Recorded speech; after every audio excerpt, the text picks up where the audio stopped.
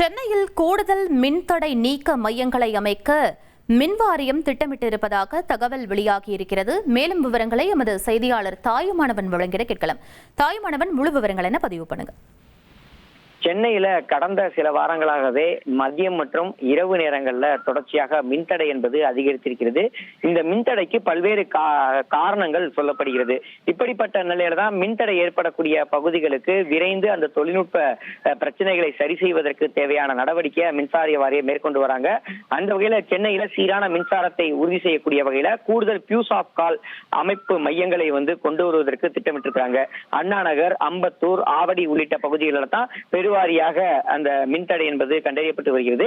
எனவே இந்த பகுதிகளில் கூடுதலாக பணியாளர்களை முதற்கட்டமாக 3 மாதங்களுக்கு நியமனம் செய்வதற்கு திட்டமிடப்பட்டிருக்கிறது. அந்த வகையில டான்ஜெட்கோ தரப்புல வழிகாட்டுதல்கள் என்பது கொண்டு வரப்பட்டிருக்கின்றன. ஒவ்வொரு புதிய மையத்திற்கும் தலா 4 பணியாளர்கள், வாகனம் மற்றும் தேவையான தளவாடங்கள் ஒதுக்கீடு செய்யப்பட்டிருக்கின்றன. ஏற்கனவே இந்த செயல்பாட்டில் 19 மையங்கள் செயல்படுகிறது. இதுல கூடுதலாக தலா 2 பணியாளர்கள், அதாவது ஒயர்மேன் கிரேட் 1 என்று சொல்வார்கள், அவர்கள் என மொத்தமாக 38 பேர் அவுட் சோர்சிங் முறையில நியமிக்கப்பட இருக்கிறாங்க.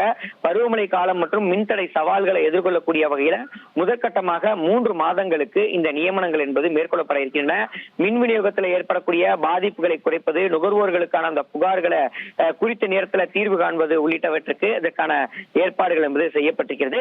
இதற்காக அண்ணா நகர் பிரிவுல 8 பணியாளர்கள் சுமார் 49,770 ரூபாய்க்கும், அம்பத்தூர் மற்றும் ஆவடி ஆகிய பகுதிகளிலும் இதற்கான பணியாளர்கள் நியமிக்கப்பட இருக்கிறாங்க. ஒவ்வொரு மையத்திலும் ஒரு ஷிப்டுக்கு 4 பணியாளர்கள், line inspector, wireman, telephone operator மற்றும் உதவியாளர் என 3 ஷிப்டுகளுக்கு பணியாளர்கள் நியமிக்கப்பட இருக்கிறாங்க.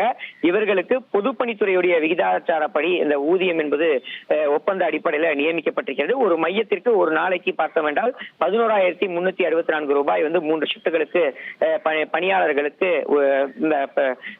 ஊதியமாக வழங்கப்பட இருப்பது குறிப்பிடத்தக்கதாக பார்க்கப்படுகிறது.